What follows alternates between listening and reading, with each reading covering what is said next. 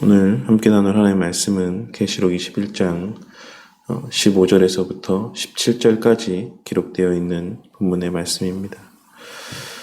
오늘 말씀에는 새 예루살렘 성의 크기에 대한 내용들이 언급이 되어 있습니다. 오늘 말씀에서 묘사되고 있는 새 예루살렘의 모습은 그 성의 길이와 넓이와 높이가 같은 성이었는데 그 길이와 넓이와 높이는 각각 12,000 스타디온이라고 기록이 되어 있습니다. 12,000 스타디온은 오늘날 우리가 사용하는 킬로미터의 단위로 환산을 하면 약 2,200km에서 2,500km 정도가 되는 길이라고 할 수가 있습니다.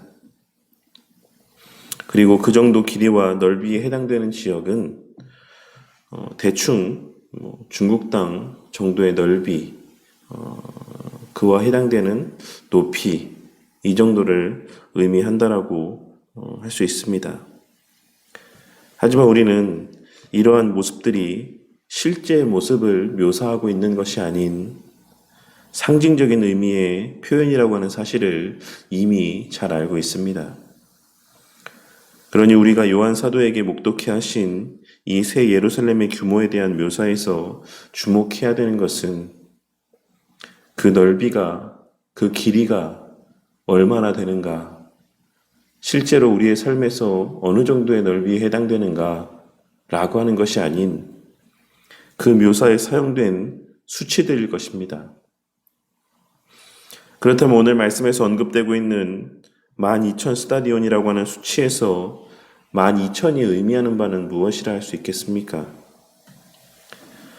이는 12 곱하기 10 곱하기 10 곱하기 10에 해당되는 수로서 우리는 지금까지 살펴본 말씀의 내용들을 통해 12는 하나님의 백성들을 상징하는 수, 그리고 10 곱하기 10 곱하기 10이라고 하는 이 1000이 상징하는 바는 성삼위 하나님의 완전한 통치를 의미한다라는 사실을 잘 알고 있습니다. 그러니 12,000이라고 하는 수는 하나님의 백성들의 공동체를 의미하는 새 예루살렘 성이 하나님의 완전한 통치 가운데 머무는 곳이다라고 하는 사실을 말씀하고 있는 것이자 그 새 예루살렘 성의 크기가 또한 매우 크다라고 하는 사실을 나타내 보여주기 위한 표현이라고 할 수가 있습니다. 하나님께서는 새 예루살렘의 크기가 각각 12,000 스타디온이다 라고 하는 표현을 통하여서 하나님의 구원하실 자들, 그들을 위해 예비하신 처소가 매우 넓으며 그 새 예루살렘 성은 하나님의 완전한 통치와 인도와 보호하심이 있는 장소라는 사실을 우리 가운데 나타내 보여주고 있으신 것입니다. 그리고 또 하나 우리가 주목해 보아야 되는 것은 그 성의 두께를 표현하고 있는 수치입니다. 17절에는 그 성곽이 144규빗이라고 기록이 되어 있는데 이는 12 곱하기 12에 해당되는 수로서 우리는 이를 통하여서도 새 예루살렘이 신구약 전 역사 가운데 하나님의 택하신 백성들의 공동체라고 하는 사실을 다시 한번 확인할 수가 있는 것입니다. 그렇다면 오늘 말씀에서 우리가 깨닫고 마음 가운데 새겨야 되는 교훈은 무엇이겠습니까? 그것은 첫째로 하나님의 교회 공동체는 이 땅에서나 천국에서나 하나님의 완전한 통치 가운데 머물고 있다라는 사실을 우리는 깨닫고 명심해야지만 되는 것입니다. 물론 이 말이 이 땅의 지상의 교회는 결코 망하지 않는다 라고 하는 사실을 말씀드리는 것은 아닙니다. 우리는 오늘날에도 소아시아 지역을 가면 수없이 많은 무너진 교회의 터를 발견할 수 있습니다.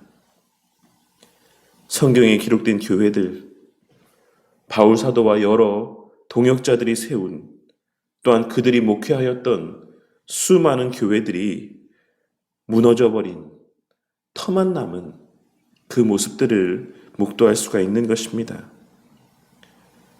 그러니 이 말은 지상의 가시적인 교회 공동체에 대한 것을 말씀드리는 것이 아닌 이 땅의 가시적인 교회 건물에 대한 것을 말씀드리는 것이 아닌 불가시적인 참된 교회 공동체에 대한 말씀을 드리고 있는 것입니다. 그리고 우리는 역사 가운데 수없이 많은 교회를 향한 핍박 속에서도 끊임없이 참된 복음이 전파되고 계승되어져 왔다라고 하는 사실을 통해 오늘날 이 시간, 이 자리에 앉아 주의 말씀에 귀를 기울이고 함께 주의 선한 뜻을 위해 기도하고 있는 우리들의 모습을 통해 주의 몸으로서의 교회 공동체는 그 어떤 상황 속에서도 하나님의 인도하심 가운데 보존되어져 오고 있다는 사실을 우리 눈으로 보고 확인할 수가 있는 것입니다. 그러니 당장에 교회 공동체의 여러 어려움들을 직면하게 된다라고 할지라도 그로 말미암아 지나치게 낙심하는 자들이 되지 않기를 바랍니다. 그런 일이 있어서는 안 되겠지만 설령 우리가 예배드리는 이 예배 공동체가 우리 바른교회 공동체가 와해되고 이 예배당이 사라지게 된다라고 할지라도 주의 몸으로서의 교회는 결코 사라지지 아니하고 사라질 수도 없습니다. 이 세상이 가시적 교회 공동체를 핍박할 수는 있지만 결코 비가시적인 참된 교회 공동체를 와해시키거나 무너뜨릴 수는 없는 것입니다. 그러니 늘 주어진 현실 안에서 감사하며 우리가 할 수 있는 최선을 다하며 살아가는 저와 우리 모두가 되기를 바랍니다. 설령 내가 원하는 바대로의 일들이 진행되어지지 않고 우리 교회 공동체의 모습이 우리의 수고와 열심만큼 드라마틱한 성장을 나타내 보이지 못한다라고 할지라도 낙심하지 않는 저와 우리 모두가 되기를 바란다는 것입니다.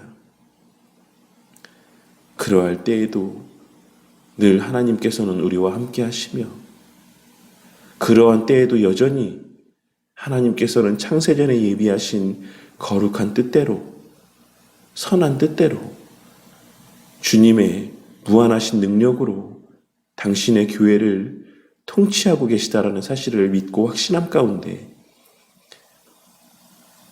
늘 감사함으로 주어진 현실들을 받아들일 줄 아는 저와 우리 모두가 되기를 바란다는 것입니다.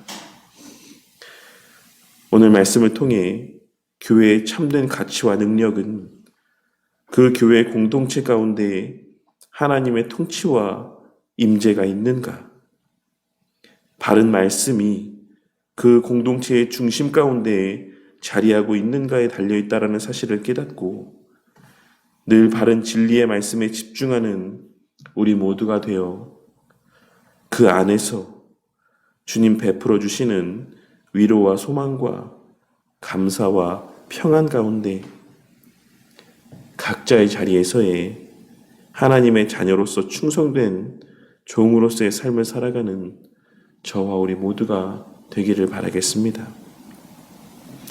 이후에도 또 하나의 또 의미들이 담겨져 있는데 이 내용들은 내일 이 시간에 또 이어서 나누도록 하겠습니다.